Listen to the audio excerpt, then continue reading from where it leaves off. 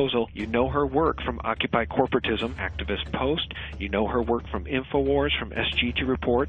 Everybody is picking up Susanne's material. Susanne, welcome. Thank you for having me. Susanne, you're really a great writer. I really have to give you kudos on your Thank research, you. your hyperlinks, your vetting, your information, and that's why everybody is picking up your articles, because they're very, very detailed, but you're talking about some very scary things. We do that too here at SGT Report. I talk to a lot of smart people. I spoke with James Wesley Rawls not too long ago, who said, and I quote, "We're entering into an age of deception and betrayal by our own government." And Susanne, that's basically what you've been writing about across the board, whether it's vaccine information or your article titled U.S. Army Tactical Manuals Describe How to Control Domestic Insurrection. Why don't you let people know why you wrote that and what it means? I wrote that because there's a bunch of articles that have come out. It started with Rex 84, and it's turned into a bunch of manuals and a bunch of executive orders that put in place martial law. And the military likes to perform war games, so that's why we're seeing military on the streets practicing. They are actually practicing. The tanks that we see on the streets and the National Guard patrolling neighborhoods and the practices that they're doing with our local police department, this is all in preparation for martial law, so that when they do actually lock down the country, they've got everything secured. People that don't run in these circles and to whom this information is new, Susanne, they love to say that we're all conspiracy tinfoil hat-wearing nuts because we still live in a republic. But I think what we're starting to see, for anybody who is objective at all, is we're seeing a totalitarian system now unveil itself. And ever since essentially 9/11 happened, it's been more and more of these draconian measures that are leading us right down the road to martial law. What do you think will be the cause of the declaration of martial law? Will it be a financial collapse or something altogether different? We've seen a lot of false flags. What do you think would be the cause of martial law? Well, I had written an article earlier this week from a U.S. Marine informant and also a Deutsche Bank informant. And in 2008, we should have collapsed. We should have gone the way of Greece. The only reason why we didn't was because the global elite and the banking cartels put it off on the Eurozone and collapsed the Eurozone in order to gain sovereign debt. Sovereign debt is when you actually own the physical land. You don't just own the buildings, you don't just own the people and the money. They're extracting wealth so that the only thing that the governments will have left to give them is the actual land that they own. While they're doing this, they're amassing this wealth in order to redirect it toward martial law endeavor, and not just in America, but globally. They want to lock down every country and force us into global governance, eventually force us into a global reserve currency that is like the Bancor that the IMF has been pushing. So in 2008, when Hank Paulson went to the Congress and said that they had to bail out the banks for $700 billion or martial law would be declared, they weren't lying. They went ahead and passed that, and they gave this money to the Chinese. But the Chinese, since then, have been backing their currency, their fiat currency, in gold. And China's been doing this, India's been doing this, and Russia's been doing this. Okay. So this is just to confirm that I'm here trying to make a mortgage payment in cash. I have $1,380 sitting in front of me for a $1,371 mortgage payment. And Bank of America is rejecting a cash payment of my mortgage here in Lakeport, California. Is that correct? So you need to turn that off. Is that correct? You need to turn that off, sir. This is what I've just been told. Bank of America has just refused to accept my mortgage payment in cash and is insisting on a kind of a wire transfer.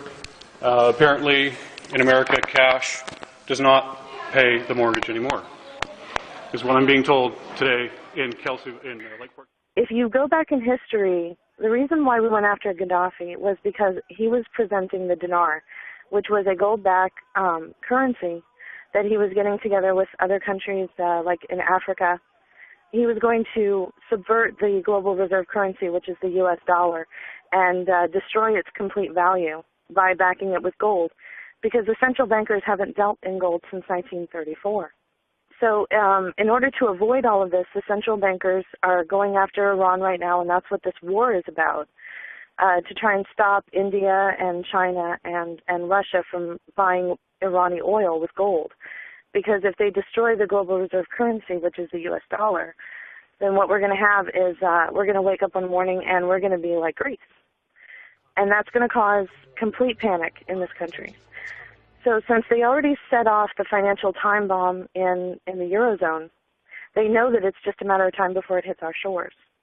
So they're preparing for it. That's why we see all the movement on the streets. People are seeing tanks being moved in Burbank, California.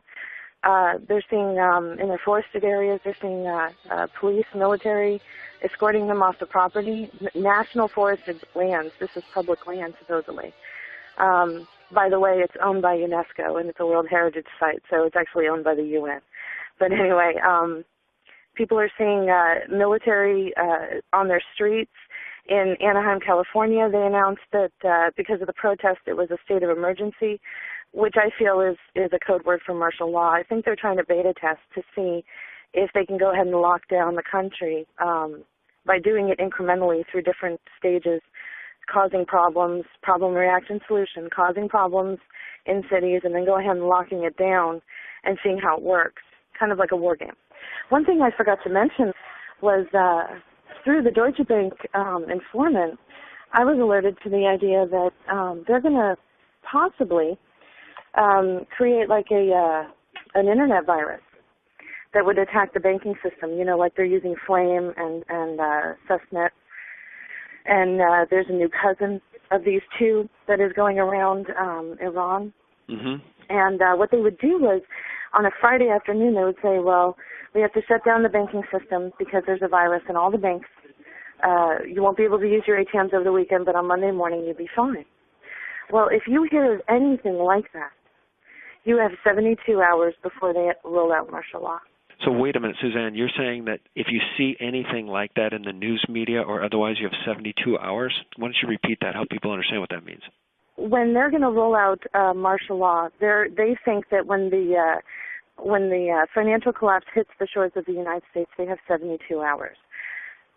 So with my Deutsche Bank informant and talks with other people in the alternative media, my contacts, I just think that it's possible that a scenario like this, I'm not saying that this will happen, but a scenario like this, and it would give you something to look for, a little red flag to look for. Let's say that the banks all say that there's a virus in all the banking systems, all of the banks, and they have to shut down, like on a Friday. We know that the Obama administration loves to do things on a Friday afternoon or when we're celebrating New Year's Eve. So Friday afternoon, they would say they're going to shut down the banks and get rid of this virus over the weekend. And on Monday morning, everything would be back up. Over the weekend, you wouldn't be able to use your ATM or pay any bills online, but everything will be fine on Monday morning. That is your red flag. You have 72 hours from that moment to do whatever you were planning on doing, get to wherever you were planning on getting to, hunker down whatever you were planning on hunkering down, because they're going to unroll martial law in 72 hours from that moment, whatever scenario they intend to unroll. And I believe that it has to do with the banks, because they're stealing money from us left and right. In fact, I've gotten reports from insiders that they're taking money out of private checking accounts. They're also stealing heirlooms. The Bank of America has stolen heirlooms out of people's safety deposit boxes and ship them from one coast to another, and then claim that they didn't know that it wasn't that it was this customer's property, and then they'll send it back, but they never do. They're trying to squeeze out as much money as possible. And with MF Global and John Corzine, that was a beta test to see if they could take secured customer funds and get away with it, and they did. They're coming for our private checking accounts next. They're looking for as much money as they can to fund this not only domestic but global police state. So like I said, if you hear of anything with the banking industry, and I personally think it might be a false flag with an internet virus or a virus in the banking system as far as their computers go, then you have 72 hours from that time to go ahead and do what you were planning on doing. Wow. Well, I mean, we don't know if that will happen, but if it does, if people see these signs that Susanne just talked about, Susanne, you may have just saved some lives. I mean, for those who live in inner cities, in big cities, in scary places, be it downtown Chicago, New York, L.A., you may have saved some lives. People can get out if they have 72 hours. If they don't have but a couple of hours and there's traffic jams, they're not going anywhere. That's really frightening information. Let me ask you this. In your article from earlier this week, titled DHS and U.S. Military Make Final Preparations Before Announcing Martial Law, about 6 paragraphs down you wrote, the acquisition of armory by the DHS and contracts for bulletproof glass for checkpoint booths to be positioned strategically throughout the nation on public highways have heightened awareness that the U.S. government is preparing for a well-planned domestic military action. DHS armored vehicles have been sighted on highways in Kentucky and across the country, I might add. I guess what I'm wondering, Susanne, from your expert view, do you think that the military could actually lock down this country? We're geographically gigantic. They had a hard time locking down Baghdad.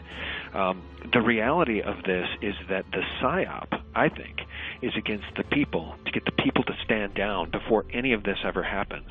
Because if they move on Chicago or any major American city, it's going to send a message to the rest of the patriots in this geographically huge country that it's time to take action.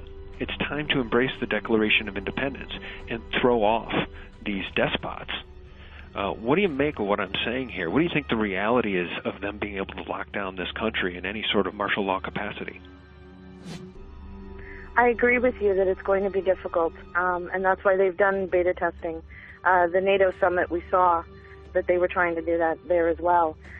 They've allocated foreign troops. They've been training with the Polish army and the Russian army. The Russian army has shown up in Colorado. There have been reports that the Russian army have been starting the fires. And the reports that I got, that I put in that article that you just mentioned, the fires were started right in front of areas that were militarily secured. So it's my understanding that they might have been starting the fires to try and get people out of the way, get people moved out of the way so they wouldn't see what they're doing. DHS has contracted independent contractors to cover up the holes for the underground bases that they're building. So their use of foreign troops, which goes right back to Rex 84, back in the early 80s, I don't think they're going to have a problem. They're going to bring NATO forces onto the streets and to work with them, and that doubles or triples their military capacity. I think they're going to definitely try this. I think they're going to use foreign troops along with them. The foreign troops also serve 2 purposes. They're extra security, and also if something does happen, well, they can blame it on the foreign troops.